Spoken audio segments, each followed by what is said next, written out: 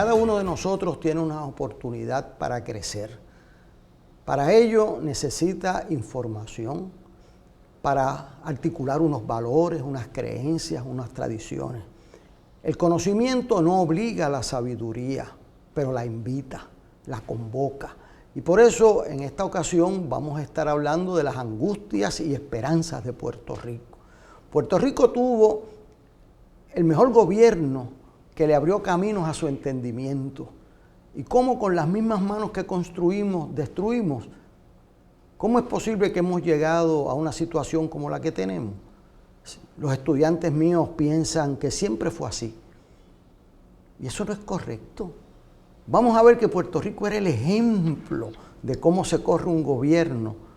Y eso nos abrió caminos para nuestro desarrollo político, económico, constitucional. En 1944 hay un ejemplo que marca lo que era Puerto Rico. Estaban los Estados Unidos, Alemania, Puerto Rico envuelto en la Segunda Guerra Mundial. ¿Qué pasó? Los submarinos alemanes comenzaron a hundir los barcos que llevaban whisky de Inglaterra a Estados Unidos. Y aquí en Ponce, donde estamos grabando esto, en la destilería, que está aquí bien cerca de donde estamos en este momento, se empezó a vender ron para Estados Unidos. Y a falta de whisky, los americanos empezaron a beber ron. Y en el 1944, el presupuesto de Puerto Rico eran 52 millones de dólares. Y llegó un cheque que no estaba en el presupuesto de los impuestos de ron que habíamos vendido en Estados Unidos. Y ese cheque era 12 millones de dólares más que el presupuesto total de Puerto Rico. Y no estaba presupuestado, o sea que era dinero que tenía el gobierno para gastar.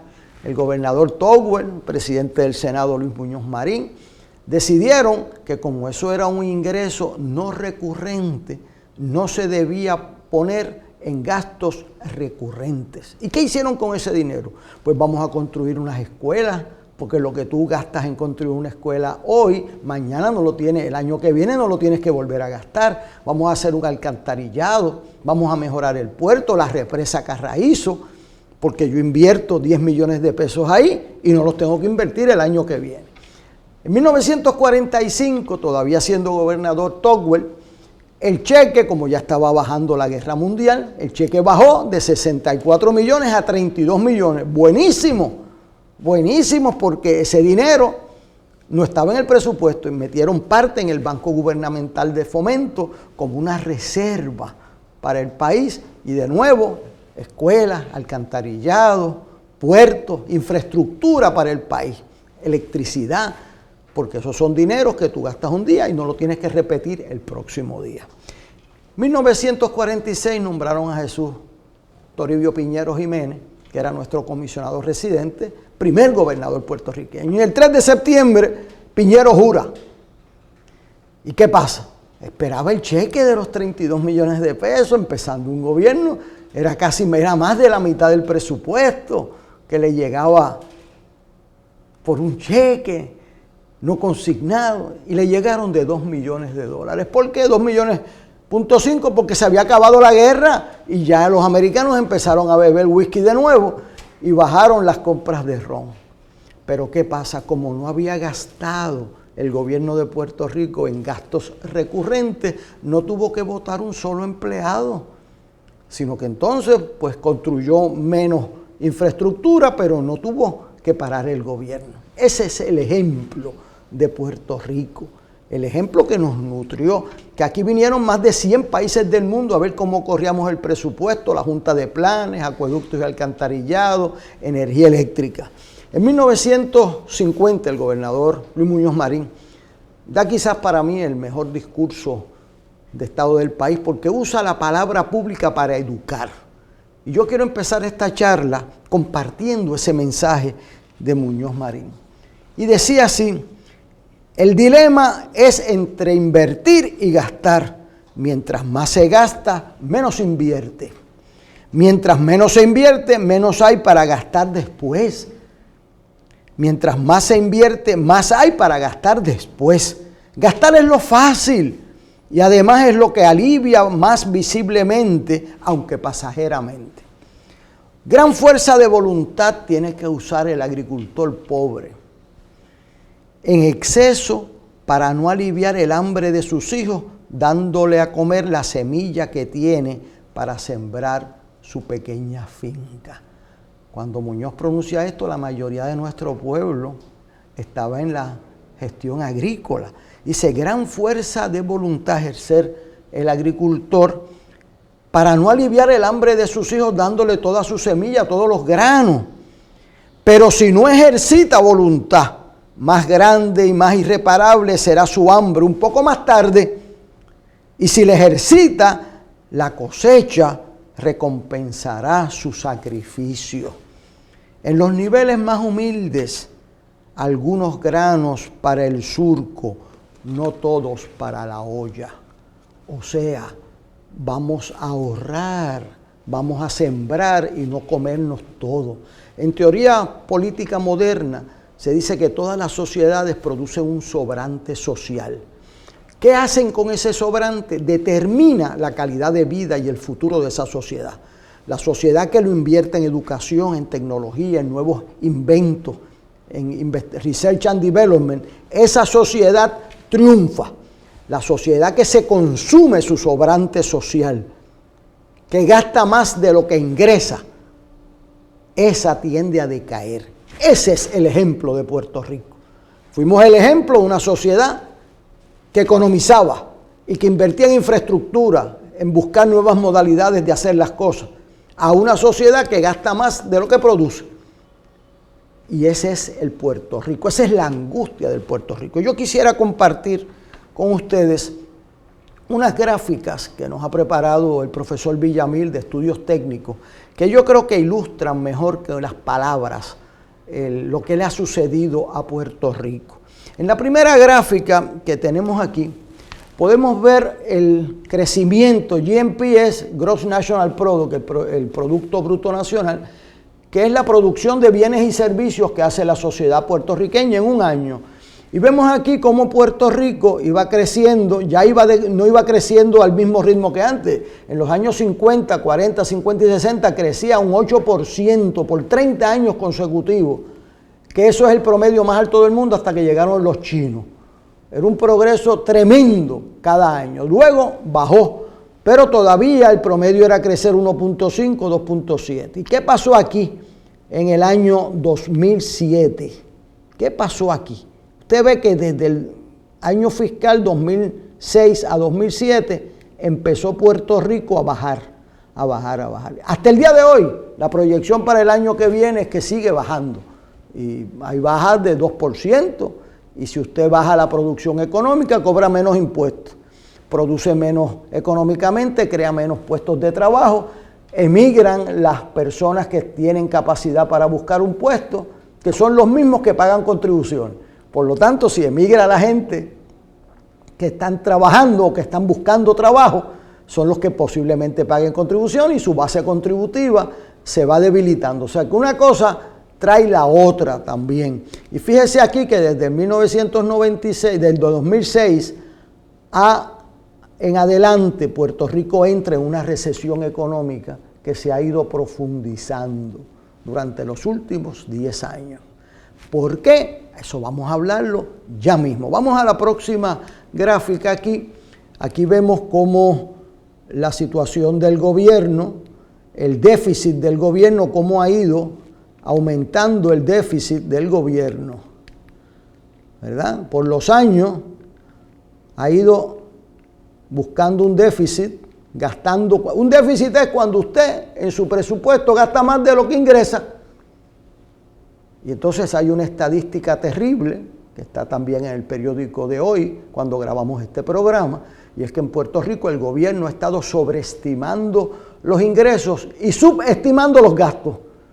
O sea, en el presupuesto que usted que me está escuchando, si usted sobreestima los ingresos y dice yo voy a ganarme $30,000 y se va a ganar 25, pues tiene un déficit de $5,000. Y entonces, si subestima los gastos y dijo, no, yo como me voy a ganar 30,000 en teoría, voy a gastar 35. Pues entonces cuando termine el año tiene un déficit de 10,000, porque subestimó los gastos y sobreestimó los ingresos. Y eso lo ha venido haciendo Puerto Rico, dice la doctora Kruger, por los últimos 12 años consecutivos, incluyendo la presentación que hizo este gobierno hace una semana en la Junta de Control Fiscal. O sea, nosotros tendemos, y usted como familia, a sobreestimar los ingresos y a subestimar los gastos. Algo que no se hacía en Puerto Rico, porque usted, si tiene datos errados, toma decisiones erradas. El empleo manufacturero en Puerto Rico, mire cómo ha bajado. Esto es una gráfica terrible, porque aquí, y esto es parte, ¿verdad? Los empleos que se han perdido en Puerto Rico, se han perdido 70,000 a 74,000, se han perdido 50,000 empleos en la manufactura, pero en el área total de la economía se han perdido más de 150,000 empleos a partir del año 1996. Y ya mismo vamos a entrar qué pasó en el 96. Ok. Este es el empleo de la manufactura. Entonces vamos a ver la famosa deuda. En economía, usted como persona, usted como país, no debe endeudarse más de un 60% de su ingreso, ¿verdad? Para poder tener capacidad de pagarla. Porque si usted gasta y no paga, ¿qué pasa? Mañana no le van a prestar y hacen falta los préstamos como inversiones, porque entonces usted construye un aeropuerto y de esa coge ese dinero prestado y el aeropuerto le produce dinero. Pero si usted no tiene quien le preste, no puede entonces crecer. Usted quiere hacer una universidad y coge un préstamo para crear laboratorios, etc. Entonces después los muchachos, con lo que pagan y con lo que producen esos laboratorios, usted ingresa más. Pero si no tiene esa inversión inicial, necesita un buen crédito. Por eso la Constitución de Puerto Rico dio un paso tremendamente importante que hemos desobedecido. En 1917 la primera prioridad, si no había dinero en el presupuesto, era el pago de la nómina. Cuando llegó la Convención Constituyente, decidió que esa no era la prioridad del país, que era el pago de la deuda, la única prioridad constitucional. ¿Por qué? Porque estaba bregando con el crédito de la generación que no vota, que son los niños. Y si usted le daña el crédito a los niños, eso tarda, lo hemos visto, en volverlo a coger, en volverlo a que le den el crédito. Y con el crédito de la generación que no vota, uno no juega. Y jugamos. Este país jugó con lo que no le pertenecía a esa generación. Y vamos a ver esto. Mire aquí lo que ha pasado con Puerto Rico. La línea esta que está aquí es la línea del 60%, ¿verdad? Esta es la línea del porciento. Mire el 60% aquí, donde estábamos aquí en el 2004, cogiendo el 60%, que es este que está aquí, ¿verdad? Pero ¿qué pasó? Que como los empleos fueron bajando y usted mantuvo los gastos y los ingresos fueron bajando, pues ¿qué hicieron? Empezaron a coger prestado hasta que llegamos a más del 100%, míralo aquí, en el 2012, 2011, más del 100% de la producción del país lo cogimos prestado. O sea, en vez del 60% nos fuimos sobre el 100% de lo que usted produce. Por lo tanto, se hace muy difícil pagar una deuda si usted tiene más del 60% de su ingreso comprometido. Y entonces seguimos aumentando en vez de levantar más, reducir gastos o aumentar ingresos, cogimos prestado como si no fuéramos a pagar los préstamos. Aquí está, esta gráfica es devastadora para uno entender, indispensable para uno entender a Puerto Rico. Mírelo aquí, cómo esto fue creciendo por los años y explotó hasta que un día le dijeron: usted no puede coger más prestado porque usted no tiene con qué pagar. Eso se llama bonos chatarra. Como los carros chatarra, pues nadie le presta porque usted no va a pagar y nadie le presta para que usted, es un donativo, nadie hace donativo. Usted va al banco y le dice, bueno, entonces el banco le pregunta a usted, ¿con qué usted me va a pagar? Ah, pues yo tengo tanto trabajo. Pues aquí es lo mismo de Puerto Rico. Y usted está tan endeudado que ya nadie le quiere prestar. Hoy el gobierno de Puerto Rico no tiene quien le preste. Y antes, decía Roberto de Jesús Toro, que era el director de presupuesto de Togwell, Piñero y Muñoz Marín, que cuando iban a vender los bonos de Puerto Rico, como tenían esa garantía en la Constitución, eran los más codiciados. Era la gente que le decían, Puerto Rico tiene esa garantía constitucional, si pase al frente y firme aquí, y le damos un precio, un interés más bajo que a los demás, porque usted está garantizado el buen crédito de Puerto Rico. Y con eso se construyeron las escuelas, las represas, con eso se construyeron los aeropuertos, los puertos, los hospitales de Puerto Rico. Se construyeron con esos bonos, la obra pública del país. O sea que no es una cosa que nunca había sucedido, era el más prestigiado, el más codiciado para prestarle a Puerto Rico, y hoy nadie le presta. ¿Por qué nadie le presta? Porque usted no tiene con qué pagar. ¿Y por qué no tiene con qué pagar? Porque cogió más prestado de lo que podía pagar. Las casas acreditadoras fueron unas irresponsables porque le dijeron al gobierno puede coger prestado cuando sabían que no podían pagar. Pero nosotros fuimos los que cogimos el dinero prestado y nosotros fuimos los que lo gastamos sin pedirle permiso a nadie, sin consultar a nadie. Ahora hay gente diciendo que lo pague otro, y vamos a ver que ese es el cambio de actitud que ha traído esta tormenta. Vamos a ver aquí. Los países, mire esta gráfica, estos países son los que invierten en Research and Development, en investigaciones, que eso es lo que decía el profesor de Georgetown, que era indispensable invertir en investigaciones. Puerto Rico es el más pequeño de todos en inversión de, mírelo aquí, 0.64, Estados Unidos, Europa. O sea que estamos invirtiendo muy poco, donde más va a dejar para el futuro, porque lo estamos gastando todo en el presente, la dictadura del presente. Mire esta gráfica para que usted entienda, si usted va a traer una fábrica aquí a Puerto Rico, mire con lo que usted se confronta. Se confronta con que en Estados Unidos un kilovatio hora cuesta $70. Un kilovatio no, 1000 kilovatios, $70. Y en Puerto Rico cuesta $231, más de 3 veces más. Lo que eso significa es que si usted va a traer una fábrica, usted va a tener que pagar más de 3 veces electricidad en Puerto Rico que en Estados Unidos.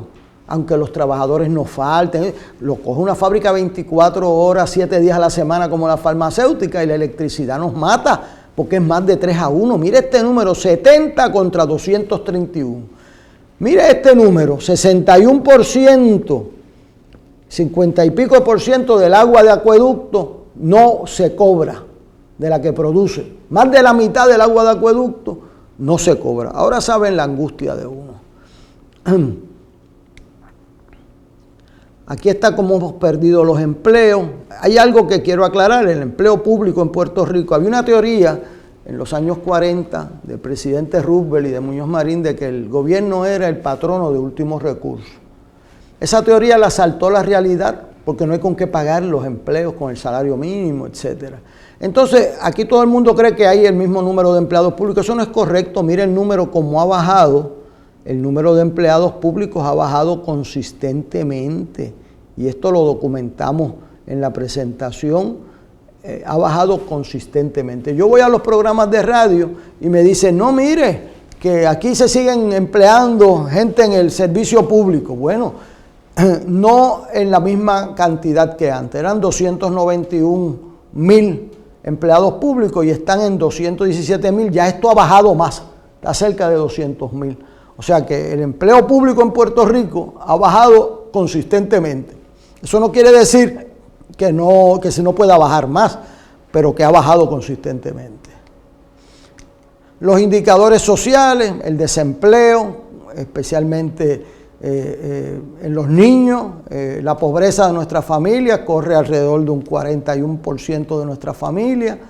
Entonces yo quiero llamar la atención de los amigos que nos escuchan con esta gráfica, que demuestra una de las grandes angustias de Puerto Rico. Miren esta gráfica. En el año 2001, el 70% y 2002, el 70% de los fondos que invertíamos en educación se usaban para el salón de clase, para la instrucción. Ahora, el 41%, 41%. O sea que entre más dinero le metimos al proceso educativo, menos fue para el salón de clase. Y eso es terrible, ¿no? Es terrible para el país. Okay. ¿Qué nos pasó? ¿Qué le pasó a Puerto Rico? Tomamos políticas erradas. Las 936 era una disposición del Código de Renta Federal que permitía no pagar impuestos federales si usted establecía una fábrica de Puerto Rico. Por cuestiones ideológicas, el gobernador de 1995 y 96 fue al Congreso para que quitaran las 936 porque no era posible esa disposición en la estadidad. Le costó eso más de 100,000 empleos a los puertorriqueños al no tener esos empleos bajo el ingreso, y ahí estamos donde estamos en el día de hoy. Se cometieron también, pagamos bonos de Navidad sin tener dinero para los sueldos, incluyendo en diciembre pasado.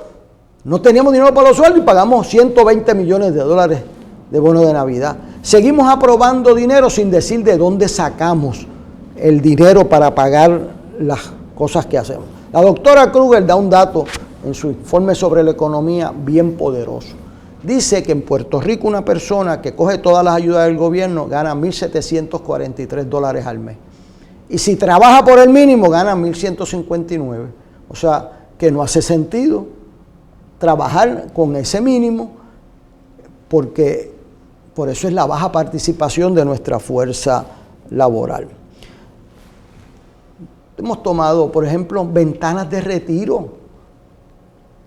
Cuando usted da una ventana de retiro, ¿qué pasa? Ese empleado deja de pagar al retiro y empieza a cobrar mañana, y el retiro está quebrado, pues usted lo acaba de liquidar. Cosas que hemos hecho.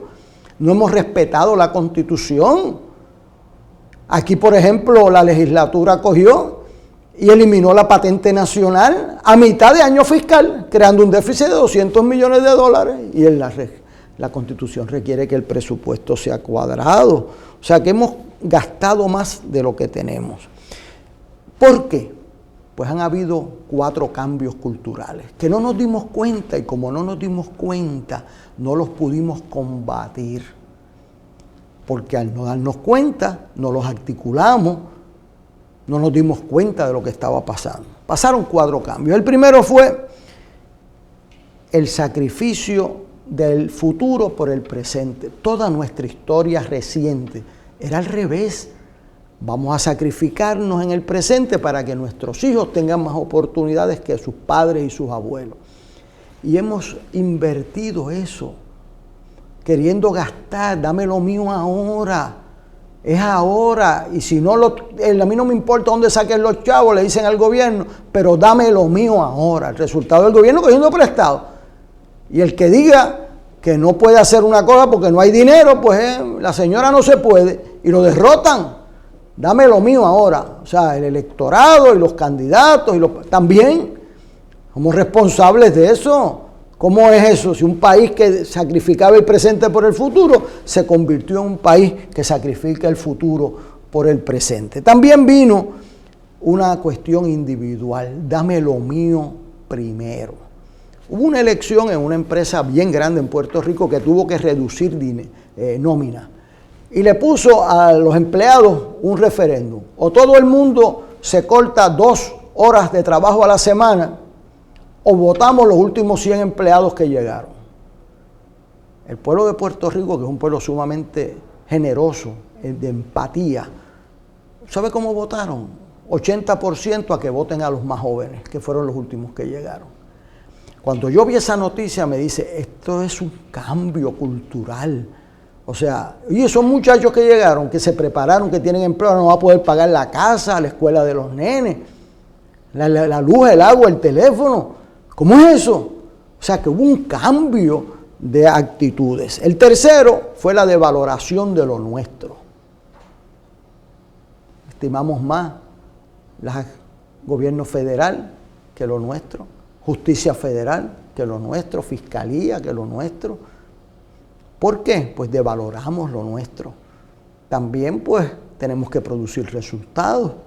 Y esa devaloración, ¿quién se supera si no tiene la convicción de orgullo propio. Esa devaloración tiene consecuencias. Lo cuarto, que para mí es terrible, lo que llama la teoría, de mi maíz ni un grano. De mi maíz ni un grano. O sea, yo no soy el responsable de la deuda. ¿Cómo que no es responsable? Que la pague otro. Pero ¿cómo que la pague otro si la cogiste tú y la gastaste tú? Esa actitud de irresponsabilidad colectiva. Búscate quien arregle eso, pero yo ni de mi maíz ni un grano. Pues eso nos cogió la sombra. Corrimos delante de la sombra por años hasta que nos cogió.